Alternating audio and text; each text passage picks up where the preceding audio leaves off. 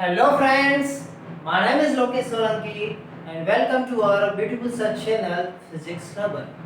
आज हम बात करेंगे ओम्स लॉ की, जो आप सभी जानते हैं। ओम्स लॉ क्या होता है, but today will discuss about the vector form of Ohm's law. ये नया टॉपिक है, vector form of Ohm's law.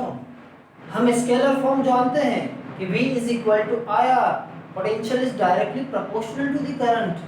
But what is the expression, ये कहां से आया है, इसका एक्सप्रेशन क्या होगा, what is its vector form.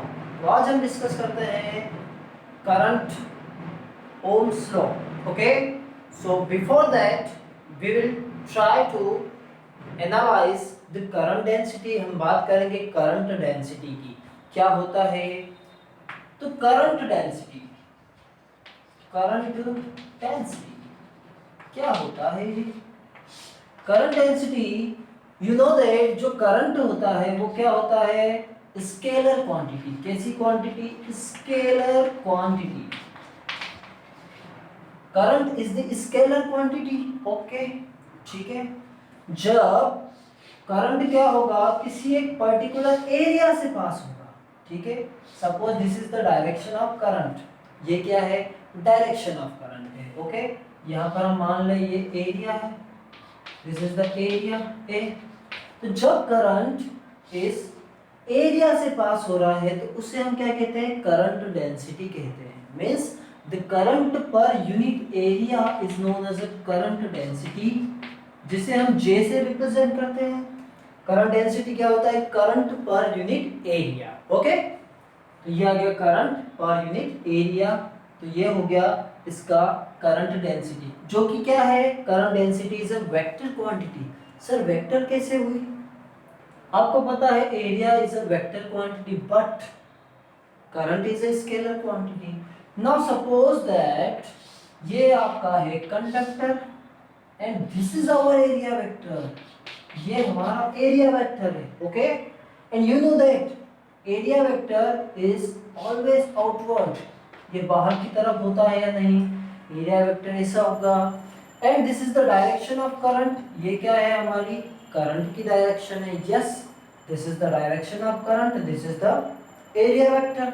सो उस कंडीशन में करंट और एरिया वेक्टर क्या बना रहे हैं, एंगल थीटा बना रहे हैं। They are making angle theta. Means हम अगर एरिया वेक्टर का क्या करें, कंपोनेंट लें, कौन सा, in the direction of current, तो ये कौन सा कंपोनेंट होगा, a cos theta. Okay, means according to that J is equal to current upon a cos theta when I and A are at some angle।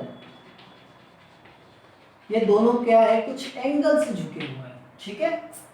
तो हमें क्या मिला, जो करंट है I is equal to J A cos theta, J A cos theta, तो current equal to J dot A, current is equal to J dot A, means it is the dot product of two vectors. मतलब current density क्या है, current density is vector quantity, vector quantity होती है ये, तो आप इसे ध्यान रखें। Current density is a vector quantity and इसकी जो यूनिट होगी एसआई यूनिट, एसआई यूनिट क्या होगी इसकी, ampere per metre square, ampere metre square होगी। ओके, तो ये आ जाएगा हमारा SI unit ampere per metre square. यहां पर जो एरिया है, area is perpendicular to current, area कैसे होना चाहिए, करंट के perpendicular, but area vector is parallel to the current, is parallel to current। area is perpendicular to the current but area vector is parallel to the current, so that is the current density। ये क्या होता है, current density होती है। okay, now let us discuss about the Ohm's law। Ohm's law क्या है, कहां से आया है, देखें, चलो लिख लिया। इसे नोट कर लें नोटबुक में। चले, Ohm's law, which is very important topic of current density. Ohm's law.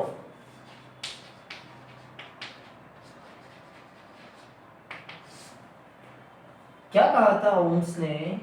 Ohms ने कहा था कि the potential difference applied across the end of a conductor, then it is directly proportional to the current flowing through that conductor when the conditions like temperature or remain same. जो physical condition है वो change नहीं हो, ठीक है। तो जो भी कंडक्टर के एंड पर पोटेंशियल डिफरेंस अप्लाइड होगा, ठीक है, यहाँ पर जो पोटेंशियल डिफरेंस अप्लाइड होगा वो किसके डायरेक्टली प्रोपोर्शनल होगा? करंट के डायरेक्टली प्रोपोर्शनल होगा। ओके, मींस हम क्या कहें? फिजिकल कंडीशन लाइक कौन कौन सी होती है? टेम्परेचर होती है, प्रेशर होती है, are not change, is constant. Constant कह सकते हैं या हम कह सकते हैं आर नॉट चेंज या remain same, then potential difference across end of the conductor, across end of conductor, end of conductor is directly proportional to current. Okay, when the physical condition like temperature and pressure is remain same, the potential difference across the end of the conductor is directly proportional to the current. That is the Ohm's law. इसे हम क्या कहते हैं? Ohm's law कहते हैं, ठीक है। तो पोटेंशियल डिफरेंस डायरेक्टली प्रोपोर्शनल होता है करंट के। सो डेल वी हमें क्या मिलेगा? ये मिलेगा I इंटू आर। क्या मिलेगा? R इंटू I, जहां पर R क्या है? Resistance of the conductor, resistance of conductor. ये तो आप सभी जानते हैं, ठीक है। R is the resistance of the conductor, means R क्या होगा? R is the delta V upon I, potential difference upon current, potential difference upon current. So the resistance of the conductor is not depend on the potential and current, ये इस पर depend नहीं करता है। Okay, ये किस पर depend करता है? We will discuss. अब ये बात आती है कि सर ये आया कहां से? R कहां से आया? R की वैल्यू क्या होगी? How we can find the value of R? हम R की वैल्यू कैसे फाइंड कर सकते हैं? तो उसे देखें। ये क्या है? ओम्स लॉ है इन जनरल कि physical condition is remain same, the potential difference is directly proportional to current, V is equal to RI, the delta V is equal to IR. Okay, चलिए हम इसका देखें एक्सप्रेशन, प्रूफ देखें, ठीक है। Proof देख लेते हैं। प्रूफ, इसका प्रूफ देखा जाए, प्रूफ वी नो दैट कि जो करंट होता है, current in terms of drift velocity. Okay, current का ड्रिफ्ट वेलोसिटी से क्या रिलेशन होता है? Current is equal to N E A into V D, current is equal to N E A into V D होता है। जहां पर drift velocity क्या होती है? Drift velocity V D is equal to E E tau by M, drift velocity is equal to E E tau by M. So current is equal to N E tau by N E tau by M.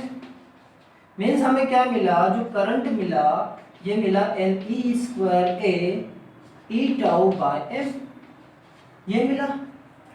But we want potential, because potential और current में relation होता है, electric field में नहीं होता है, ठीक है।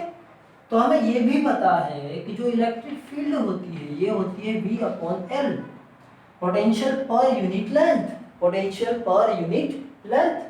तो इस कंडीशन में करंट क्या मिलेगा हमें, ये मिलेगा NE square A V tau by ml, NE square A V tau by ml, जहां पर V क्या है, पोटेंशियल डिफरेंस है, टाउ क्या है, रिलैक्सेशन टाइम है, N क्या है, नंबर डेंसिटी है, A is the charge on electron, A is the area, M is the mass of electron, L is the length of the conductor. Okay? अब आपको क्या दिख रहा है यहाँ पर, हमें क्या चाहिए, V is equal to I into R, ठीक है, V I मीन्स यहाँ पर क्या आएगा, I is equal to ml upon NE square A tau is equal to V, ये होगा या नहीं, I is equal to V is equal to I ml upon NE square A tau, NE square A tau means we can also say that, हम यहाँ से क्या कह सकते हैं, क्या कह सकते हैं हम, ये होता है VD is equal to E tau by M. We can say that कि V is equal to RI, जहाँ पर R जो होगा वो किसके इक्वल होगा, इस क्वांटिटी के इक्वल होगा या नहीं, R is equal to ml upon NE square A tau, ml upon NE square A tau या tau A, ठीक है, n ml upon NE square tau into A. So this condition is known as the, इसे हम कहते हैं resistivity of the conductor, क्या कहते हैं, resistivity of the conductor, and that is the dependency of the resistance. यहाँ से क्या मिलता है हमें कि रेसिस्टेंस किस पे डिपेंड करता है, आप देख सकते हैं resistance is depend on the length of the conductor, area and nature. R is directly proportional to L. Second, R is inversely proportional to area. Third, nature of the conductor, nature of conductor, ठीक है, conductor का nature क्या है उस पे भी R depend करता है। वो है तो okay, so R is depend on the rho L by A, R is directly proportional to L, R is directly proportional to 1 by A, nature of the conductor. Okay, so write down, लिख लें आप इसे, note कर लें। Okay, तो अब हम बात करते हैं vectors forms of Coulomb's law की। This is a scalar form, जहां पर हमें क्या मिला, the resistance is equal to V upon I, ठीक है, तो resistance is depend on the length of the conductor, resistance is depend on the inversely proportional to area of cross section, and it is depend on the nature of the conductor, कि आप जब length बढ़ाओगे तो ये directly बढ़ जाएगा resistance, area बढ़ाने से resistance decrease होता है, area, if we increase the area of cross section of conductor then the resistance is decreases, ये क्या होगा, कम होगा। nature of the conductor means which conductor, which material we are using to make a resistor, जैसे copper में resistance कम होता है, aluminium resistance ज्यादा होता है, and another material like iron, इसका रेसिस्टेंस ज्यादा होता है, tungsten maximum resistivity. Okay, so that is the resistance. हम बात करें vector form of Ohm's law, vector form of Ohm's law,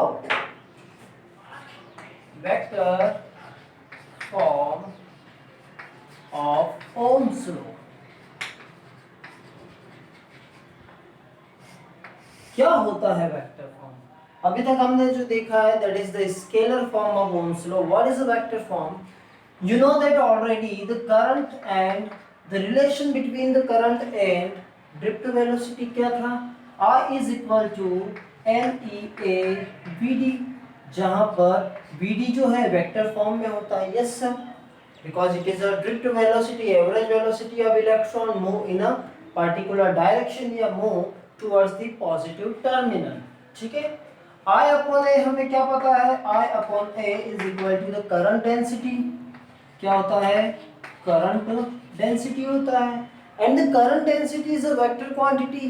current density क्या होती है, vector quantity, current per unit area. यहां से हमें क्या मिलेगा, J is equal to MEVD। Okay, but there is no relation between the current density and drift velocity. ठीक है, क्योंकि हमें क्या चाहिए, इसका वेक्टर फॉर्म चाहिए, and which is defined by the electric field. तो J is equal to NE, you know that drift velocity क्या होती है, E टाउ अपॉन M। क्या होती है ये, E tau by M। Here you know that J is equal to current density is equal to N square tau by M is equal to E. N square tau by M is equal to E. And here N square tau by M is known as the conductivity of the material. ये क्या कहलाता है, it is equal to sigma।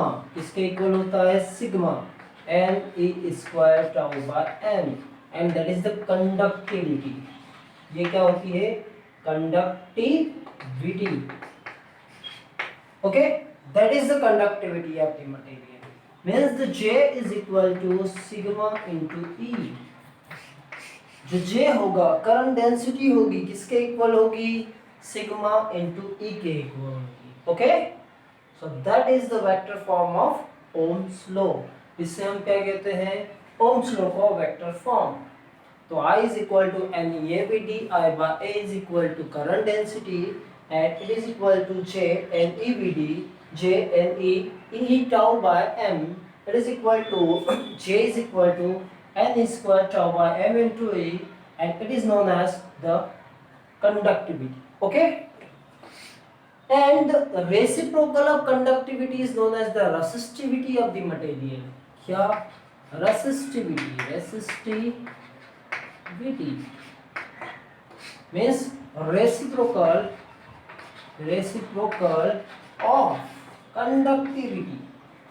Sigma का reciprocal क्या होता है, conductivity का reciprocal resistivity होता है। इट मीन्स, इसका मतलब ये है कि N square tau by M, इसका हम रेसिप्रोकल कर दे तो rho is equal to M upon NE square tau, M upon NE square tau।